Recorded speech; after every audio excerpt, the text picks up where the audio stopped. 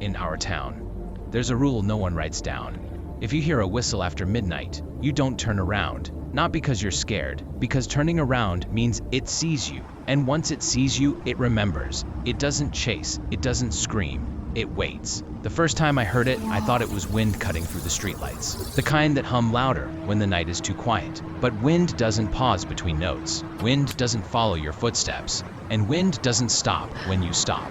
That night, the streetlight above me went dark. Just one. Not flickering, not dying. Switching off. And from somewhere behind me came a single, clean whistle. Close enough that I felt it in my ear. That was the moment I understood something important.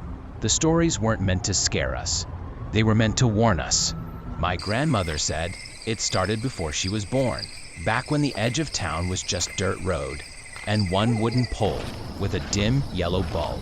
A boy was walking home after a school dance, shoes in his hand, jacket over his shoulder. He heard a whistle behind him, soft, like someone trying not to be noticed. He turned. No one was there, so he laughed at himself and kept walking. The next morning, his mother found his shoes on the road, still warm from the night air. The street light above them burned out. They replaced the bulb. It burned out again, 3 times. After that, the town stopped replacing it. They moved the edge of town back 20 feet, and they told their children not to answer whistles in the dark. Not because something would grab them, but because something would start waiting. We didn't believe it.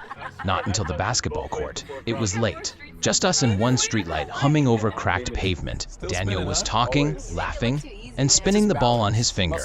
Then the light above him shut off. Just his. Everything else stayed bright. No flicker, no warning. He froze. We laughed at first, said it was bad wiring. But then we heard it. A whistle. Clear, close. Daniel turned before we could stop him. He said he didn't see anything. But he stopped laughing after that, and for the rest of the night, every time he walked under a light, it dimmed slightly, like it was adjusting to him. My brother heard it 3 nights later. He was walking home alone. First light shut off when he stepped beneath it. Then the next. Then the next. He didn't run. He remembered the rule. He said the scariest part wasn't the whistle. It was the feeling that something was measuring him, matching his pace, breathing when he breathed, stopping when he stopped. He said it felt like being studied, like the lights weren't failing, they were reacting. We checked the security camera. That was the mistake.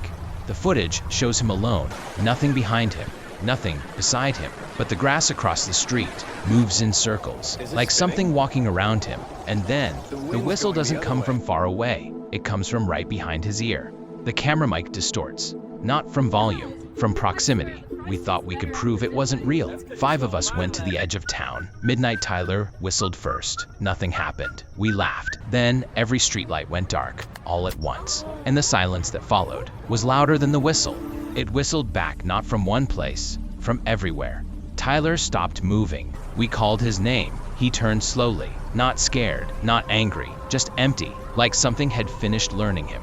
I stepped forward. Into the dark, it whistled behind me. Soft, close. So I whispered back, "I know you." And I didn't turn. The lights came back one by one. Tyler collapsed. The town says it's over, but sometimes, when I walk past that same streetlight, it hums louder than the rest, like it remembers. And I know, it's waiting for someone new to listen.